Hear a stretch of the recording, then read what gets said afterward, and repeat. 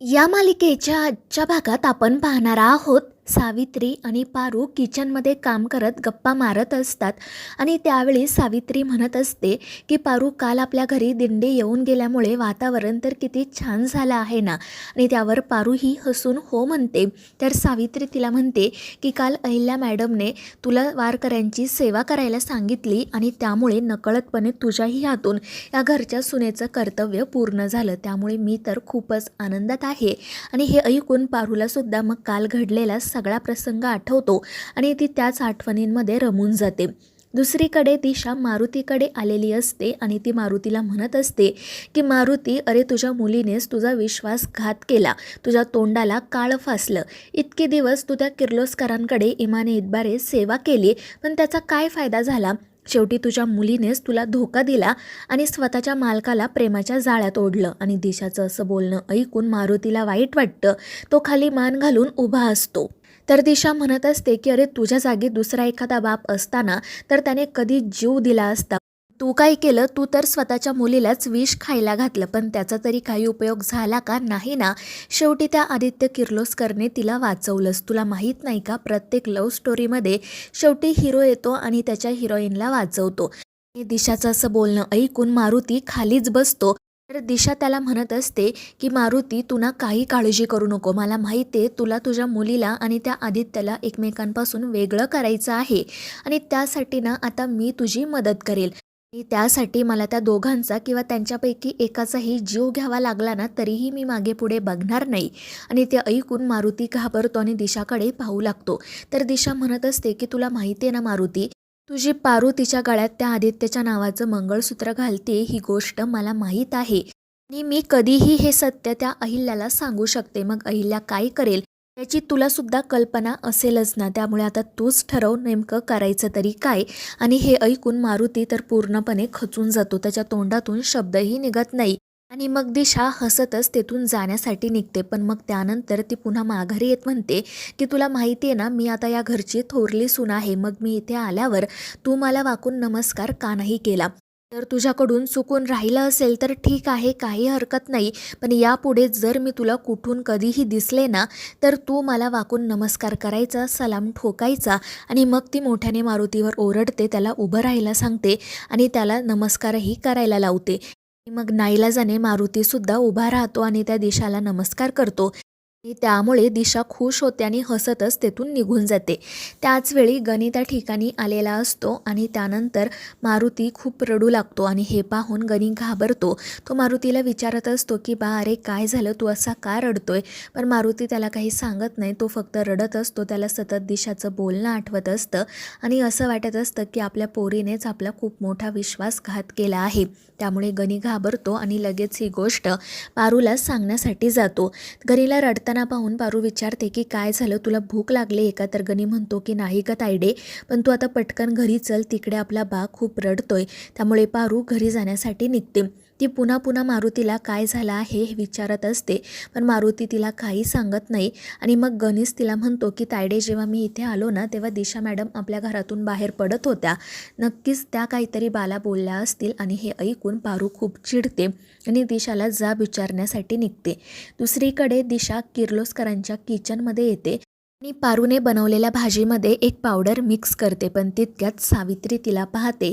मात्र ती लपून बसते आणि दिशा गेल्यानंतर ती समोर येते आणि ती भाजी चेक करते. पण तिला समजतच नाही की दिशाने यात नेमकं काय मिसळलं आहे.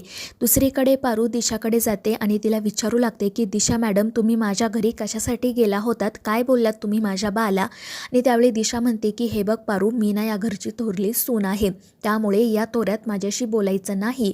तू फक्त एक नोकर आहे एवढं लक्षात ठेव. आणि मला काही तुझ्या त्या घाणेरड्या घरामध्ये जायची हौस नव्हती. मी खूप दिवसांनंतर इथे आले ना, त्यामुळे मला सगळं काही फिरून बघायचं होतं आणि सहज फिरता फिरता मी तिकडे गेले. ते मला तुझा तो बा भेटला. खरं तर मला त्याच्या तब्येतीची विचारपूस करायची होती, पण त्याने त्याचंच रडगाणं सांगायला सुरुवात केली. तो रडतच सांगू लागला की माझ्या पोरीने माझा विश्वासघात केला दिशा मॅडम. तिने मालकाला प्रेमाच्या जाळ्यात ओढलं आणि तिच्या अशा वागण्यामुळे आता मला कुठेही तोंड दाखवायला जागा उरलेली नाहीये. आणि हे सगळं काही ऐकून पारू घाबरते आणि दिशाला गप्प राहायला सांगते. पण दिशा काही गप्प बसत नाही. ती म्हणत असते की पारू, एक गोष्ट लक्षात ठेव, तुझा तो बा आणि तू या घरात फक्त नोकर आहात आणि मी ना या घरची सून आहे, मालकीण आहे. आणि मी तुम्हाला वाटेल तेव्हा इकडे बोलावू शकते, हवं ते काम देऊ शकते. त्यामुळे पुन्हा अशा तोऱ्यात माझ्याशी बोलायचं नाही. मात्र तरीही पारू म्हणत असते की आम्ही कोण आहोत हे आम्हाला व्यवस्थित माहिती आहे. मात्र तरीही तुम्हाला माझ्या बाला काही बोलण्याचा अधिकार नाही आहे, एवढं लक्षात ठेवा. तुम्हाला जो काही त्रास द्यायचा आहे ना, तो मला द्या. माझ्या बाकडे आणि माझ्या किर्लोस्कर कुटुंबाकडे अजिबात बघायचं नाही, त्यांना कोणताही त्रास द्यायचा नाही. आणि हे ऐकून दिशा म्हणू लागते की हो का, मी तुझ्या बाला थोडं काही बोलले तर तुला इतका त्रास होतोय, पण या तुझ्या किर्लोस्कर कुटुंबामुळे मी माझी बहीण गमावली आहे, तर मला किती त्रास होत असेल याचा थोडा विचार कर बरं. आणि मग ती पारूला असंही म्हणते की आता लवकरच मी या सगळ्यांची अशी अवस्था करणार आहे ना, की यांच्यासाठी रडायला देखील कोणी मागे उरणार नाही. आणि मग ती तेथून निघून जाते. पारू मात्र काळजीत पडते. त्यानंतर मग घरातील सगळेजण जेवण करण्यासाठी बसतात. तितक्यात दिशा त्या ठिकाणी येते. तर दामिनी प्रियाला तिच्या जागेवरून उठवते आणि दिशाला त्या ठिकाणी बसायला सांगते. पण ही दिशा म्हणत असते की आज माझा उपवास आहे, त्यामुळे मी काही खाणार नाही आहे. मी माझ्या परीश्वरांसाठी आणि या घरासाठी उपवास केला आहे. आणि हे पाहून सर्वजण तिच्याकडे आश्चर्याने बघतच राहतात. तर दामिनी लगेच तिचं कौतुक करायला सुरुवात करते आणि मग दिशा स्वतःच्या हाताने सगळ्यांना जेवण वाढते.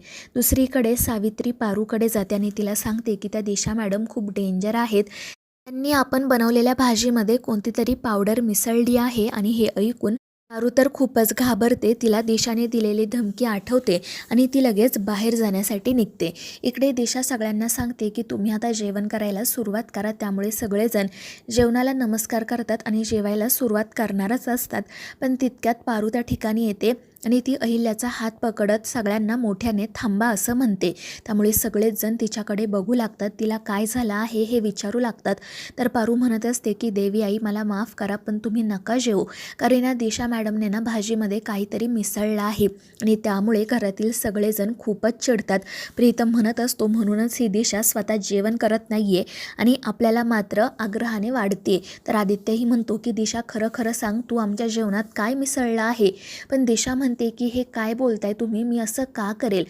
तुमच्या सगळ्यांसोबत माझा नवरासुद्धा जेवण करायला बसलाय ना, मग मी काय आता त्याच्या जीवाशी खेळेल का. पण त्यावेळी अहिल्या म्हणते की जर तू खरंच या भाजीमध्ये काही मिसळलं नसशील ना, तर मग स्वतः तू भाजी खाऊन दाखव. पण तेव्हा दिशा म्हणते की नाही, माझा आज उपवास आहे आणि जर मी जेवण केलं तर मग मला पाप लागेल. त्यामुळे सगळ्यांचीच खात्री पटते की नक्कीच दिशाने भाजीमध्ये काहीतरी मिसळलं आहे. त्यामुळे सर्वजण खूप चिडलेले असतात आणि त्यानंतर दिशा सरळ अहिल्याकडे जाते आणि तिच्याच ताटामध्ये असणारी भाजी चपाती खायला सुरुवात करते. आणि हे पाहून सगळेजण आश्चर्याने तिच्याकडे बघू लागतात. पारूला आणि सावित्रीला कळतच नाही की नेमकं काय घडते. त्यावेळी दिशा मात्र हसतच त्यांच्याकडे बघत असते. तर मित्रांनो, या मालिकेच्या पुढील भागांच्या अपडेट्ससाठी आपल्या चॅनेलला सबस्क्राईब करा.